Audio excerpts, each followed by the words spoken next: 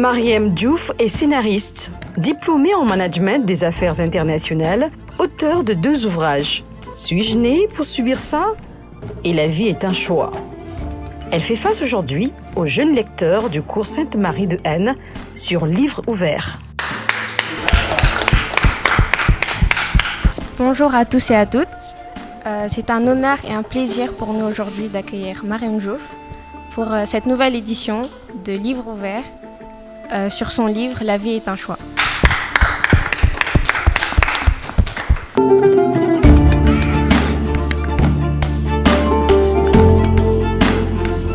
Il pleuvait. Je ne sais pas pourquoi, mais assise sur mon lit, je ne trouvais rien d'autre à faire qu'à regarder par ma fenêtre les lourdes gouttes d'eau qui menaçaient de me mouiller au moindre geste. Pour quelle raison ressentais-je le besoin de communier avec elle en versant quelques larmes? Je ne savais pas, pourtant je le fis. Je pleurais pour rien et mes larmes se frayaient un chemin jusqu'à mon menton avant de s'écraser sur ma jupe marron. Une question me brûlait les lèvres. Pourquoi pleures-tu, mon beau ciel, alors que toi, tu n'as pas besoin d'être guidé dans tout ce que tu fais?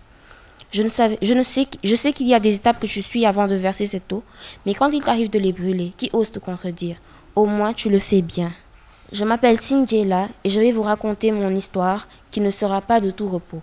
Si j'écris, là, maintenant, c'est parce que j'ai besoin de me vider. Mon cœur est lourd et si je veux souffler, je dois écrire tout ce qui est dans ma tête. Mes idées sont floues parce que je ne savais pas, il y a 5 minutes, que j'allais me trouver devant cet écran pour taper ce qui est en résumé mon histoire.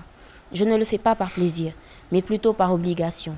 Qui sait, peut-être qu'elle aidera certaines personnes qui la liront. J'étais souriante à longueur de journée. Pourtant, je me mettais très vite en colère quand ma mère me demandait de faire certaines choses. Bien sûr, j'obéissais, mais pas à cœur ouvert, comme je le faisais d'habitude. Quand ma mère me parlait des dangers de la vie, particulièrement des problèmes liés aux garçons, je disais oui, soutenant son regard pour ne rien laisser paraître. Mais comment cacher à une mère ce genre de choses? Elle le découvrit alors que j'entamais mon 6e mois de relation. Elle me somma de le quitter sur le champ. Comme j'étais une vraie tête de mule, même si cela me faisait mal de devoir mentir à mes parents, je ne fis rien. Tout au moins jusqu'au moment où je jugeais bon de faire un pas en avant et de le quitter. Je devenais de plus en plus dépendante de lui, ce qui ne me plaisait guère. Quand il m'a juste dit « ok », alors que je lui annonçais que je le quittais, j'étais bouleversée. Au moins, je ressentais une délivrance, comme un lourd poids qui quittait mon être. Ce n'est que plus tard que j'ai compris que j'avais bien fait. Il racontait à qui voulait l'entendre tout ce que l'on faisait quand on était seul. Le connard, ça, il faut bien le dire. Mon père avait appelé la police et Henri avait été arrêté, avec des stupéfiants en poche, qui plus est. Ce qui était sûr, c'est qu'il n'allait pas sortir de prison de sitôt. Suite à une enquête plus approfondie à son sujet, j'avais appris par mon père que son dealer était en fait Seydou. Il avait vraiment mal tourné depuis qu'il s'était enfui de la maison. Il était revenu dans la ville, pensant s'être fait oublier. Il avait un réseau de vente de drogue en tout genre, ainsi que d'autres substances illégales.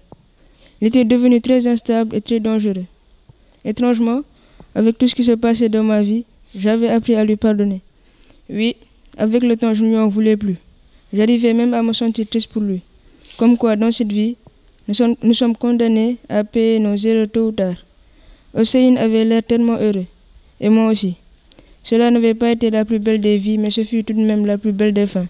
Enfin, on peut le dire ainsi car aucune histoire ne se termine vraiment et la plupart n'ont malheureusement pas de fin si aisée.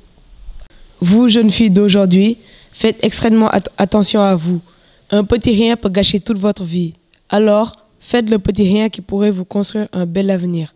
Respectez vos parents, aimez-les, montrez-leur votre valeur. Rien ne différencie mieux les gens dans ce monde que le nombre et la force des prières des parents. Ne portez plus ces vêtements à moitié déchirés et ouverts. Protégez vos corps. C'est aussi une manière de montrer que l'on se respecte. Et souvenez-vous d'une chose, mieux vaut être soi-même et d'être différent qu'être comme les autres et de se transformer en ce que l'on ne devrait pas être. La vie est un choix, surtout quand on sait se servir de ses erreurs pour mieux rebondir et avancer.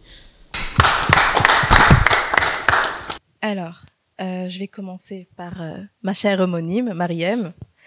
J'ai adoré que tu aies commencé avec cette première page. Ça veut dire que le début t'a marqué.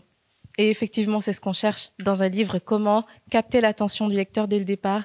Et je suis heureuse que ça t'ait parlé. Pour le deuxième extrait, c'était avec qui déjà, le deuxième extrait? Oui. Alors, je crois que, oui, l'importance d'obéir à sa mère.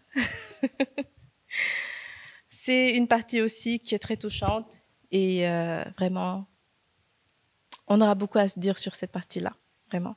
Parce que c'est très important d'obéir à sa mère, d'écouter ses conseils. Et on ne s'en rend compte que très tard après, quand on fait face à la vie en général et qu'on se voit que ces conseils-là n'étaient que pour notre bien. Le troisième extrait, cette partie où on parle du changement, du renouveau et de comment notre cher personnage antagoniste finit. Et c'est bien que tu aies capté cette partie-là, parce qu'effectivement, quand on fait du mal, on termine toujours mal. Merci d'avoir souligné cette partie. Et le meilleur pour la fin, les conseils. Ça me touche quand même qu'un jeune garçon comme toi ait parlé de cette partie-là, parce que je m'adresse très ouvertement aux filles, et tu l'as quand même souligné. Et c'est magnifique, en fait. Vraiment, merci beaucoup, parce que ça montre que cette histoire ne touche pas que les filles, ça touche toute une génération de personnes, au masculin et au féminin. Merci beaucoup.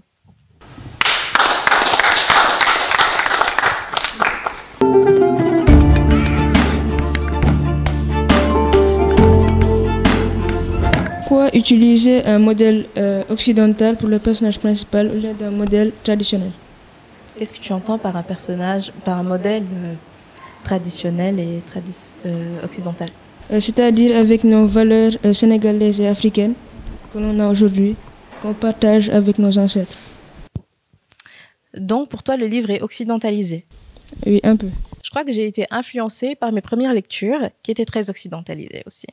C'était du Daniel Steele, du Marc Lévy, des Français, des Anglais. Et quand j'ai écrit naturellement, je pense que j'ai glissé vers eux, tout en gardant quand même une certaine appartenance, parce que c'est ce mode de vie-là qu'on a maintenant. Nos maisons sont décrites de la même manière que dans ce roman-là. Les personnages aussi, leur développement, les écoles, les interactions, pareillement. Je comprends un peu ce que tu veux dire. Tu voulais que ce soit beaucoup plus, comme tu as dit, traditionnel. C'est ça? Mais c'est vrai que c'est une problématique.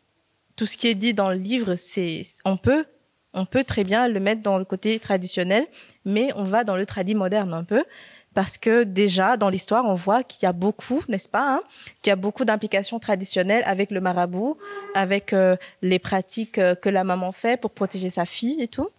Donc voilà, c'est un peu ça. Je pense que j'ai été influencée quelque part. Merci beaucoup. Dans l'histoire, il y a un passage où une inconnue apparaît à Cindilia et lui donne des conseils. Est-ce que cette inconnue avait une signification spéciale dans le livre?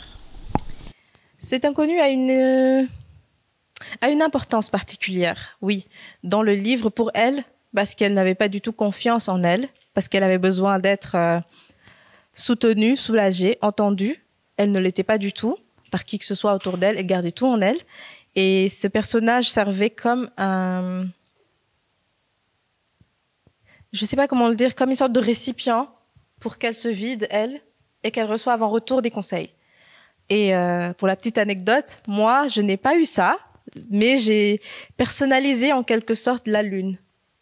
Quand moi, je ne pouvais pas parler aux gens, j'allais parler à la lune. J'attendais que le soir arrive, je vais à la terrasse et je parle à la lune. Et donc, j'ai juste personnalisé la lune avec ce personnage-là.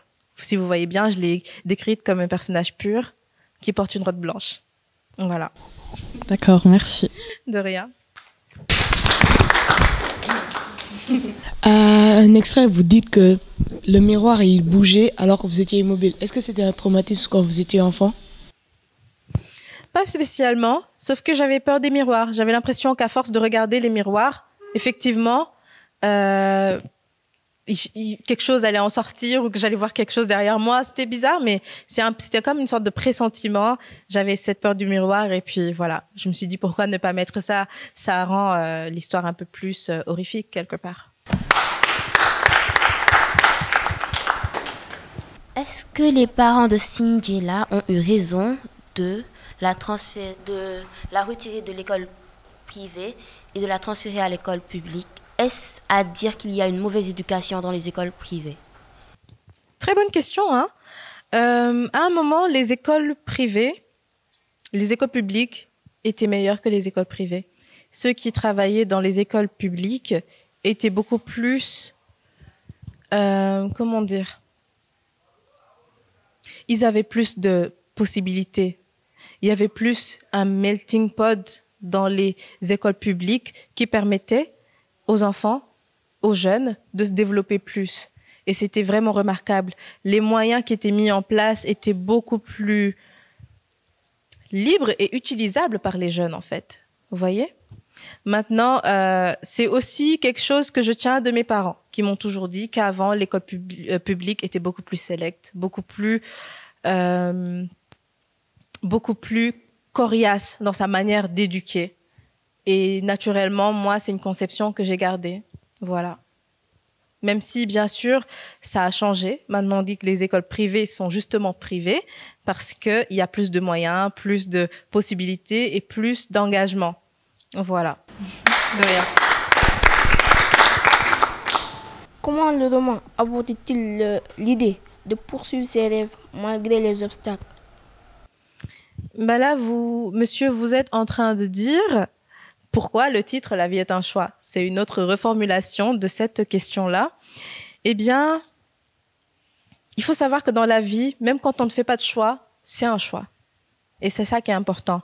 Parce que on a toujours des conséquences, on a toujours des choses qui nous arrivent et on se dit « Ah, mais pourquoi ?» alors qu'on ne s'est pas rendu compte qu'on a quand même fait un choix en ne faisant pas de choix. Donc, la vie est un choix, c'est ça que ça veut dire. Un choix, bon ou mauvais, aura toujours des conséquences. Et il faut apprendre à faire avec ces conséquences-là.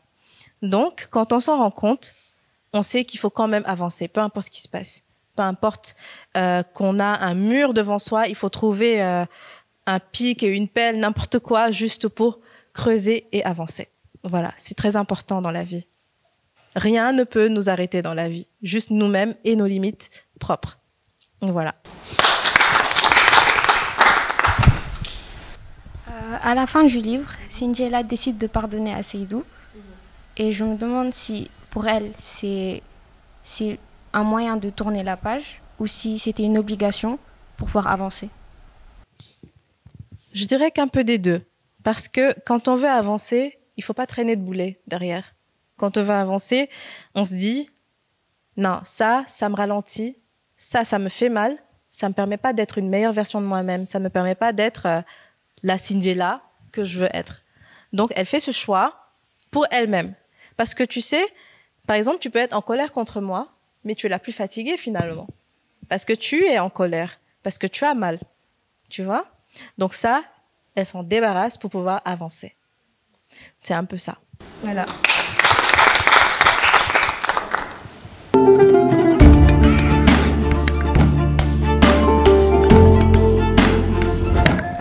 Comme vous avez dit tout à l'heure, la vie est un choix.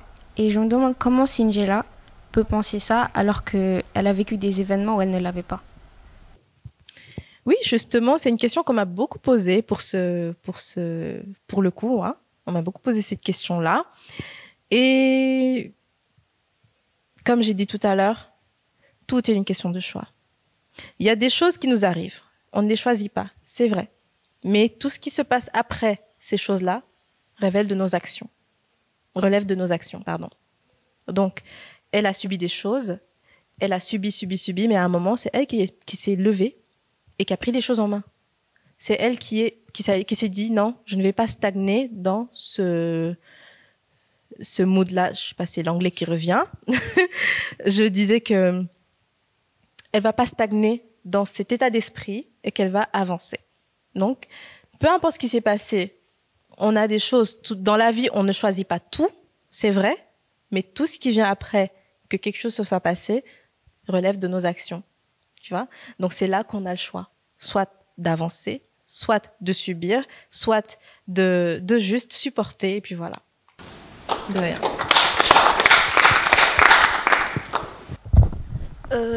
L'histoire de Cinderella reflète votre vie ou bien d'un proche ou bien c'est vous l'avez juste imaginé comme ça pour... Alors l'histoire de Cinderella, elle est fictive. Cinderella est fictive et tout ce qu'elle vit est fictif. Sauf que quand on écrit un livre, on a toujours une part de nous qui transparaît dans le livre. Que ce soit du côté de la personnalité, du côté de la manière de parler de Cinderella. Personnellement, je pense que j'ai beaucoup fait parler Cinderella comme moi je parle. Je sais pas, vous me direz après, hein, parce que voilà. Donc voilà, il y a tout ça, il y a des choses qui transparaissent de nous-mêmes et de notre vie dans ce qu'on écrit. C'est très naturel parce qu'on puise de nous-mêmes pour donner aux autres, pour écrire. Voilà. Donc l'atmosphère à l'école, des choses comme ça, je regardais tout autour de moi. Par exemple, l'histoire de Cinderella, ce sont aussi des histoires que j'ai entendues autour de moi. Il y a plein d'événements qui sont passés, ce sont des choses que j'ai entendues autour de moi et que j'ai juste voilà, prêté à Cinderella pour raconter son histoire.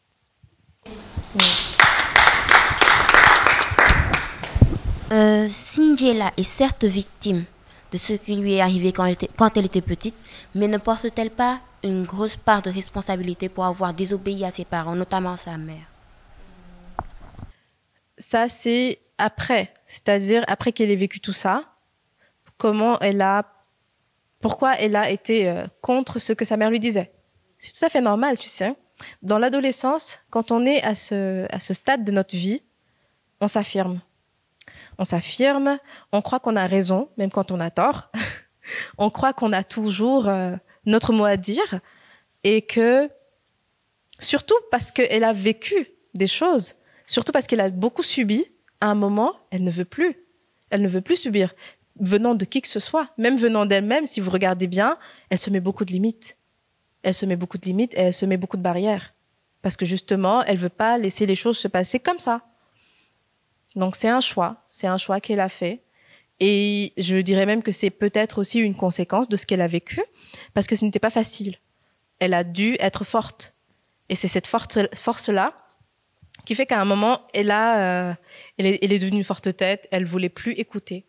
Elle voulait juste agir comme elle le sentait, pensant que c'était comme ça qu'elle pouvait être bien. Voilà, c'est un peu ça. Mais écoutez vos parents, hein, parce qu'ils ont carrément les raisons. Des raisons de vous dire faites ceci ou faites cela. Voilà.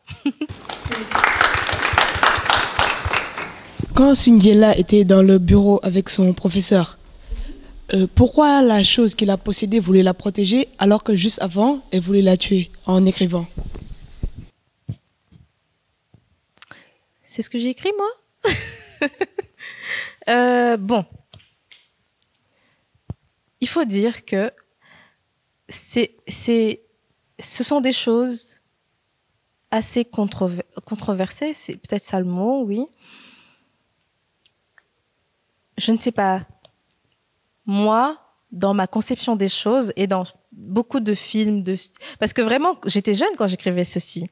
Donc, j'avais que des choses que j'ai entendues, vues ou compris en lisant, en regardant des films et tout.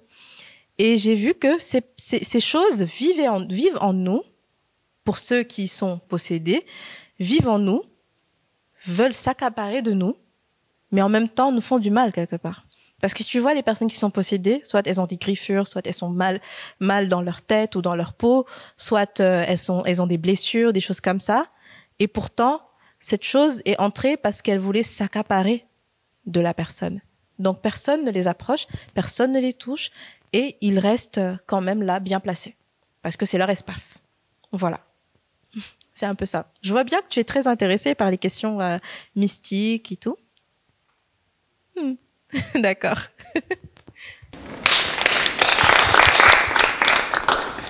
Est-ce qu'il a été facile, vraiment aussi facile qu'il a été montré dans le livre, à Cinderella d'accepter son enfant qui venait d'un viol?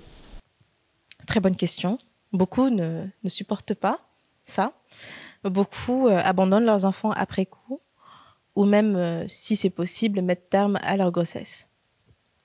Donc pour Singela, disons que c'est une question de croyance, d'état d'esprit et de conception de la vie en général. Parce que c'est un personnage, oui, mais si je me mets à sa place, moi, je regardais cet enfant. Parce que si c'est pas quelque chose que Dieu avait voulu pour moi, ça n'aurait pas existé. Un enfant, c'est un cadeau avant tout. Qui dit que si Singela avait mis un terme à cette grossesse, est-ce qu'elle aurait eu un enfant dans quelques années? Est-ce qu'elle aurait pu concevoir dans quelques années? C'est un peu ça, c'est cet état d'esprit-là qui est retransmis à Singela, en fait. Voilà. Mais bien sûr, il y a des personnes qui ne supportent pas, qui abandonnent leurs enfants après coup. Tout dépend de la personne et de comment elle conçoit la chose. Voilà. Il y avait un passage dans le livre, vous parlez de choses un peu paranormales. Quel passage exactement? C'était quand elle avait vu des apparitions, des hallucinations, même une paralysie du sommeil. Je me demande si toutes ces choses-là paranormales sont liées aux embûches de son enfance. Aux problèmes de son enfance plutôt. D'accord. Non, pas du tout. Ce n'est pas lié.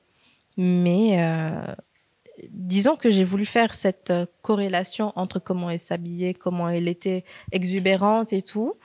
C'est ça qui plaît d'habitude à ce genre de... Je parle comme une experte de la chose, même si je ne suis pas experte, mais bon. C'est ça qui attire la plupart du temps, tu vois. Donc, ce n'est pas lié à son enfance, c'est lié à elle et à comment elle a vécu la chose, comment elle a transformé ces événements-là en elle-même, comment elle les porte en elle-même.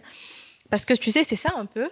Elle a porté ces événements en elle et a commencé à agir d'une certaine manière par rapport à ça. Même si elle ne veut... tu sais, parfois, on ne veut pas agir d'une certaine manière en corrélation avec ce qu'on a vécu. Mais ça arrive, tu vois. C'est quelque chose qui arrive. Donc, elle a vécu ça comme ça. Et ce sont des conséquences, disons. Ce sont des conséquences d'elle et de comment elle porte les choses en elle. Pas de ce qui se passait directement quand elle était plus jeune. Voilà un peu ce que je peux dire.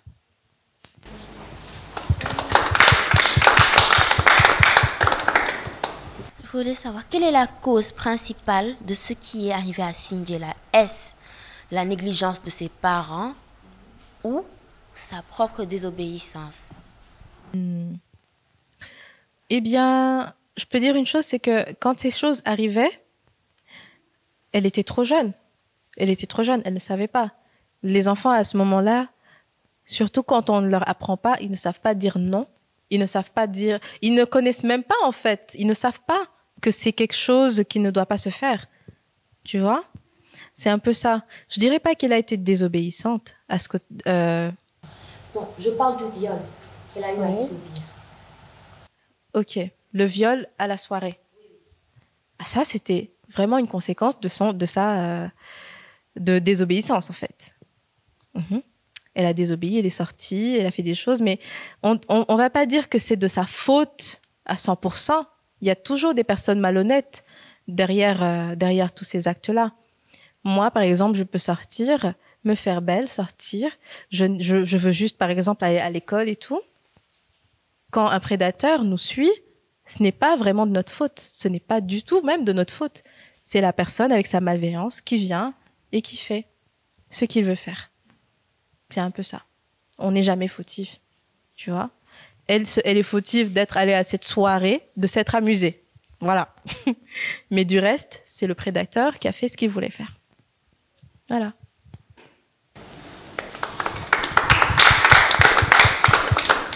Quand vous dites que dans la vie, si on fait des erreurs, tôt ou tard, elles vont nous rattraper. Ça a été des erreurs des personnes que vous avez connues ou bien c'est juste pour donner le moral?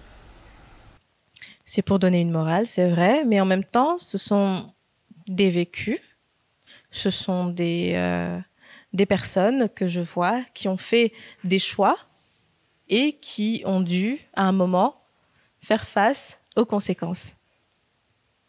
Ça arrive tout le temps. Même vous, en grandissant, vous allez voir, vous allez choisir. Par exemple, tu me disais que tu faisais quelle classe? Bilingue? programme sénégalais. Vous avez fait ce choix-là. Et dans quelques années, vous allez voir que ce choix aura des conséquences, positives ou négatives, hein, mais toujours prenez-le positivement. Voilà, c'est un peu ça. Dans la vie, il y a toujours des conséquences.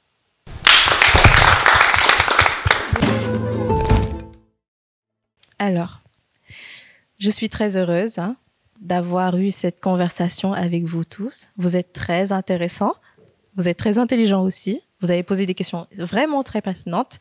Et toujours, je le dis, un échange, c'est de l'apprentissage. Pour moi, comme pour vous tous. Et j'espère que vous êtes ressortis de cet échange-là, nourris, avec de nouvelles connaissances, de nouvelles perspectives par rapport à la vie, de nouvelles idées.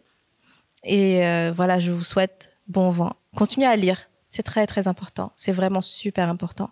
Continuez à lire. Et si vous avez des ambitions pour écrire, allez-y. Que rien ne vous arrête. D'accord ? Voilà. Avant de partir, merci à tout le monde d'avoir participé à cet échange. Merci à vous d'avoir pris le temps de répondre à nos questions. De rien. On repart enrichi et inspiré. Et on se dit à bientôt pour un nouvel épisode de Livre ouvert.